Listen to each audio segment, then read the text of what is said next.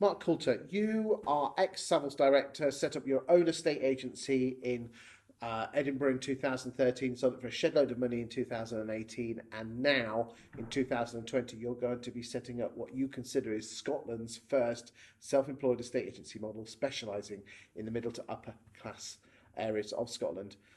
I want to talk to you about your opinions on what makes you qualified to be Scotland's number one self-employed agent person, prospecting, the traps, everything. So just let's go for it. Talk to me.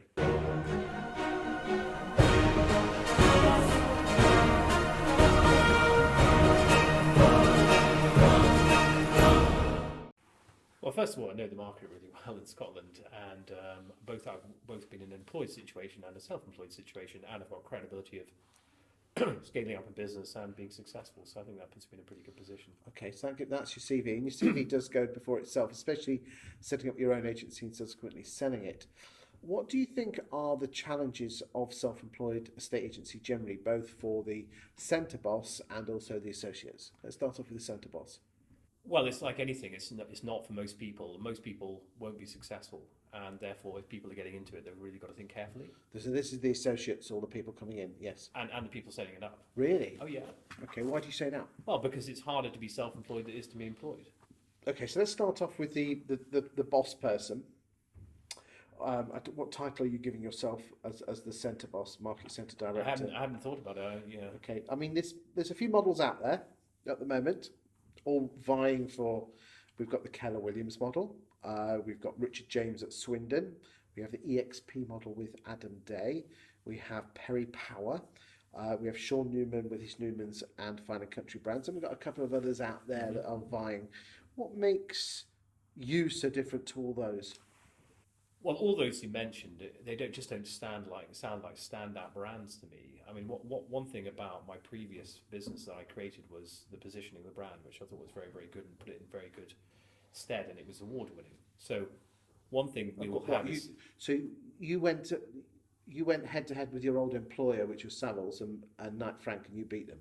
Yeah, so in 2014, before the Scottish independence referendum, I was quoted directly with Savills about the Scottish independence referendum and its impact on the Scottish property market, and that was just over a year after I'd set up. So you got my brand and Savills' brand quoted in the same breath.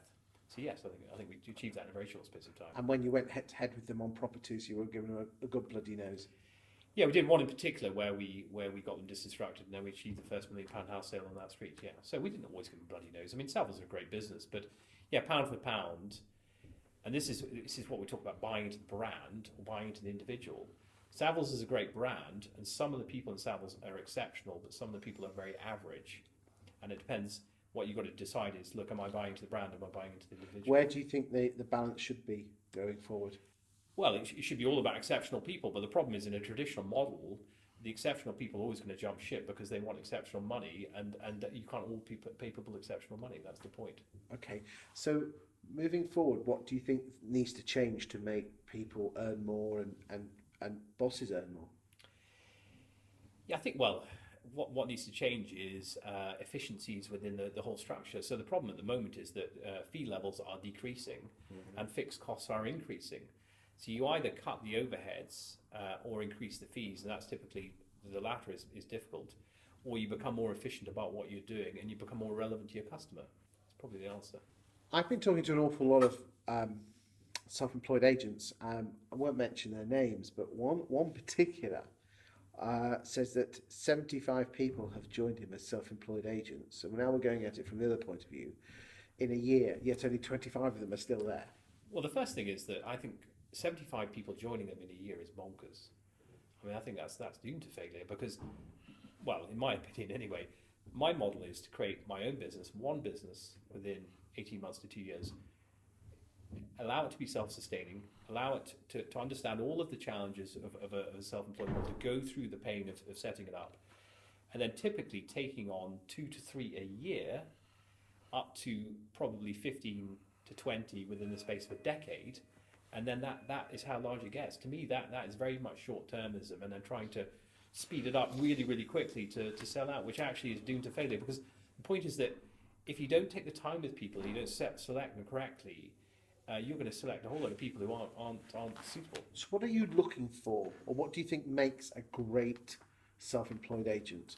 If 2/3 of them are going to Somebody with real entrepreneurial flair who really ultimately wants to set up their own business, who understands that it takes time in a harvesting type situation like a farmer to build a business rather than this kind of cut and run, quick buck type scenario, and has a real head for cultivating a good business. You're looking for unicorns. No, I don't think we're looking for unicorns. We're looking for exceptional people. Okay. We're looking for the top 5%. Okay, so the issue I have with UK valuers and listers is, a question I always ask them is, look back at your last 53 valuations and how many of them did you directly, personally get? Well, the answer is probably nil. Yes. But they may not be the people that you're looking at to take on. Go on. Well, okay. Imagine your single parent, self-employed parent who wants to basically work around a business. They're really busy. They've got 3 kids to feed. So this business will allow that parent to basically take their kids to school, pick them up, do all the things they want to do. Plus, they'll be able to run a business which their clients will be happy with, and they'll be happy with. And that person. Oh, you'd be happy because this sounds awfully like the Keller Williams let's employ all the mums at the school gates. Well, look, the mums at school gates are pretty underrated in my opinion. The fact is they're running a family. I remember a business down in London, I won't name them, but it was run by a parent who had 5 kids, and she was incredibly resourceful and successful. Give a job to a busy person and they'll turn it around. Don't discriminate against the person who's got 4 kids. That person wants to put food on the table and is motivated. It's all about attitude. So hold on a second. Are you saying that not necessarily you're looking for estate agents to join you? You're probably looking at, I don't know, there's plenty of mums out there that got a degree education. Yeah, could be. Yeah.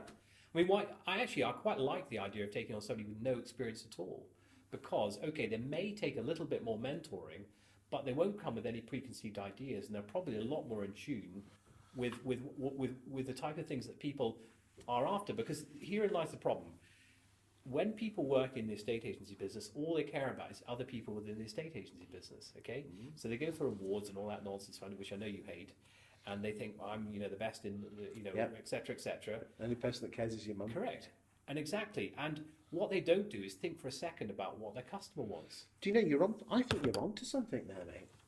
I really do. And I didn't pay you to say that either. But no, look, it's Terry Leahy, isn't it? It's Terry Leahy, yeah. Stack shelves. Left school at 15 and from Liverpool. But the fact is, he learned the basics. And in the money program in the late 80s, they said, "What you do is incredible. What you do is phenomenal. Just tell them what's your secret." He said, "Well, it's not a secret at all. We just listen to people and give them what they ask for." And the problem with the estate agency is that people don't think outside the box of saying, "Well, hang on a second, who's paying us? Who's making the decision to instruct us? Who's keeping us alive? Is the customer. Mm-hmm. If we give the customer what they want, and what they don't want is a crap office on the corner of a street, predated with bad window displays, and some girl doing a filing of nails and all that. Well, let's be honest. No one walks past the offices they nowadays, don't. do they? And also, they don't want to pay a proportion of their fee to keep that running because it's irrelevant. What they want is they want a sharp service. They want to deal with the person from A to Z that they've bought into, and they want to be able to meet the person when they want to on their terms, and have extended opening hours. That's what they want. They want a modern day service. And therefore, by not necessarily focusing on existing estate agents, but probably people who are well educated, what might be described as the yummy mummies. No. Look, you're trying to pigeonhole people. It's attitude. But if you think about it, that is golden. I think there's an opportunity there. Well, but I agree. But it's about about young and old, tall and small. It's about attitude, not aptitude. Decide your altitude. Okay, it doesn't matter how much you know. You just got to have the will to win and the need to succeed, and you can get there. In estate agency. And do you think that could be outside estate agency? 100%, probably better, in fact. Transferable skills are often beneficial. So somebody that's working in the public sector, for example, or somebody that's worked in the hospitality industry, who really understands looking after a customer, would probably be really beneficial. It's interesting that someone told me the best estate agents are probably teachers or airline stewardesses. I can imagine. Because they can be empathetic, yet at the same time... And I'm going to get shot for saying this, but probably women as well. You're not going to get shot. females have greater empathy than males. They do. That's why they work in HR. They understand the emotional intelligence. They're much better at it. Well, Gary Vaynerchuk says that that's the future of business is EQ, emotional intelligence, it is. not facts and figures intelligent. That's really interesting. So how are you going to do that? How are you going to attract those people? Well, there are two things that will make this business successful or make it unsuccessful. Is what you've got to do is identify clearly what your culture is and what you stand for, both from an internal perspective and an external perspective. So if you start by thinking, not what do I want to produce that's about me, what do I want to produce that people are going to really enjoy internally and externally. So what is a customer looking for? What you've got to do is really nail that. And what is your target market? What do you think they are looking for? Well, I think they're looking for empathy, they're looking for service, they're looking for you to deliver a proper job, and they're looking to you to deliver it at times when they're looking for reaction time, they're looking for a strategy, they're looking for follow through, and they're looking for commitment. And your plan is to basically set something up in Edinburgh in 2020 and roll that out to the nice areas of Scotland in 2021, 22. Yeah, it's a bit like saying, okay, right, look, a mountain has never been climbed before, and I'm going to attempt it on my own.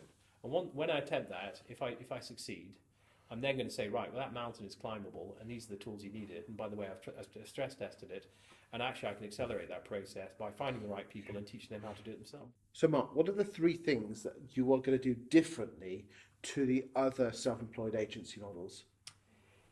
I think the three things that I'm going to offer. One is a clear toolkit, a suite of things to offer, so you get straight into it. So you can function on the front office element, not the back office element. We provide a back office element. Okay. And the second one is a roadmap.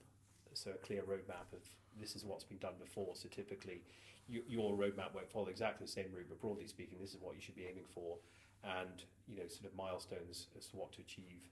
And the third thing is fairly intensive mentorship. So being able to pick up the phone in regular meetings to say this is working, this isn't, and just a bit of inspiration. Because setting up your own business, I know, can be hard work and lonely. Okay. I haven't been paid a penny to do this video. I've just known Mark for a good 18 months, 2 years now. Always been having great chats with him over the phone, and when I found out he was going to be opening a self-employed agency, decided to invite him down to Grantham to find out what it was all about. As I said, he hasn't paid me a penny for it. I'm not advocating it, but certainly I've learned to like Mark and trust him, so it certainly should be one that you check out compared to the others like your Sean Newmans, Redefining Countries, EXPs and Keller Williams. I think your model, especially focusing on the Scottish market and especially people who are not agents as well as agents, is quite a sublime idea. So I wish you well luck and good luck on that one. Thank you very much. Thanks, Chris.